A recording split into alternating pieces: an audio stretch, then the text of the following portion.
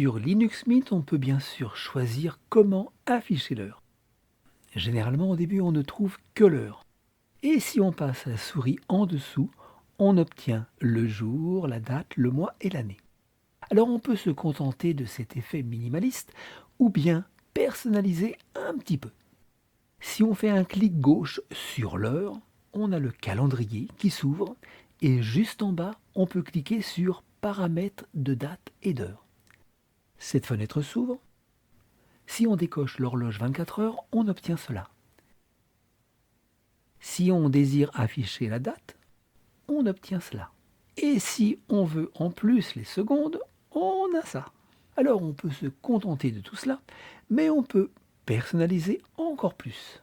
On ferme le panneau et cette fois on fait un clic droit sur l'heure. Et on clique sur configurer. Une autre fenêtre s'ouvre. Là on peut cocher pour avoir une complète personnalisation.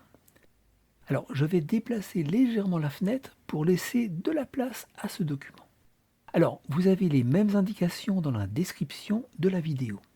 J'ai donc fait différentes combinaisons, mais vous pouvez en créer autant que vous voulez. Et on verra à la fin où trouver les différents codes.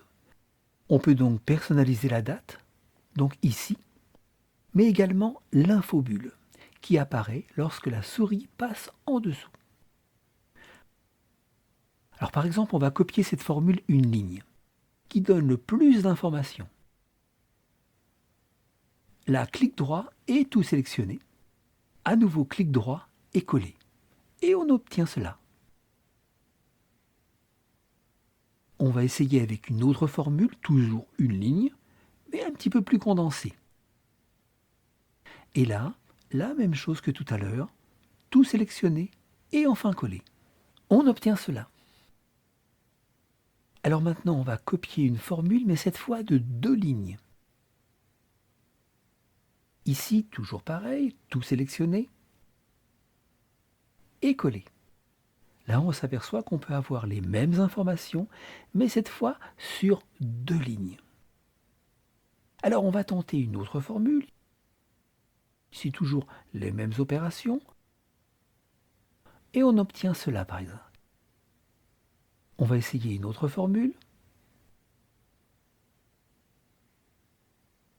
On a donc cela. Et pour l'infobulle, on a ceci. On va donc coller la même formule qui est au-dessus. Et on peut voir qu'on a la même chose en haut et en bas. Et on va tenter un mode d'affichage complètement différent. On sélectionne tout et on supprime avec la touche du clavier. Et on ferme la fenêtre. On n'a donc plus d'heures visibles. Mais si on va en dessous, on obtient l'information, cette fois, essentiellement dans l'infobulle. Et en faisant un clic gauche, on a toujours accès au calendrier. Alors c'est une personnalisation qui peut convenir à certains. Alors je refais un clic droit et configurer. Et je vais tester une dernière formule. Cette fois, clic droit et je colle directement, encore une fois, toutes les informations, mais composées différemment. Alors, si vous désirez faire vos propres arrangements, on va cliquer ici. Une page s'ouvre dans Firefox et nous avons là tous les codes pour personnaliser comme on le désire. On peut bien sûr avoir la page traduite si on ne parle pas anglais, chaque petit code pouvant former des formules.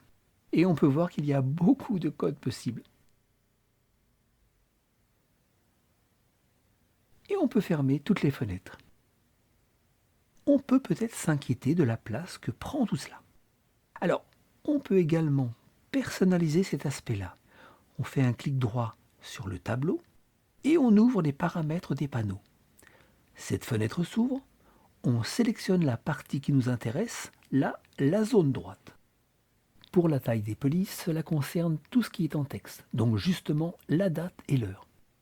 Pour l'instant, il est réglé sur la taille définie par le thème, mais on peut bien sûr changer cela. Admettons qu'on sélectionne sur 7, la taille de tout ce qui est en texte diminue. Pour la taille de l'icône en couleur, là on n'a que celle de Flameshot. Elle est un 24, on va la mettre à 22.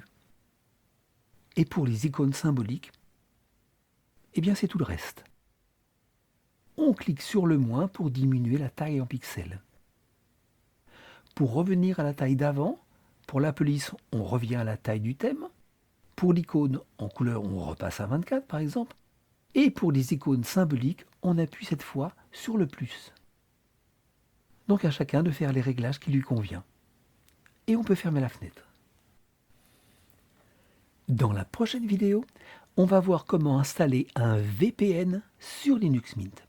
Et on va choisir un VPN gratuit, Proton. Bonne fin de semaine!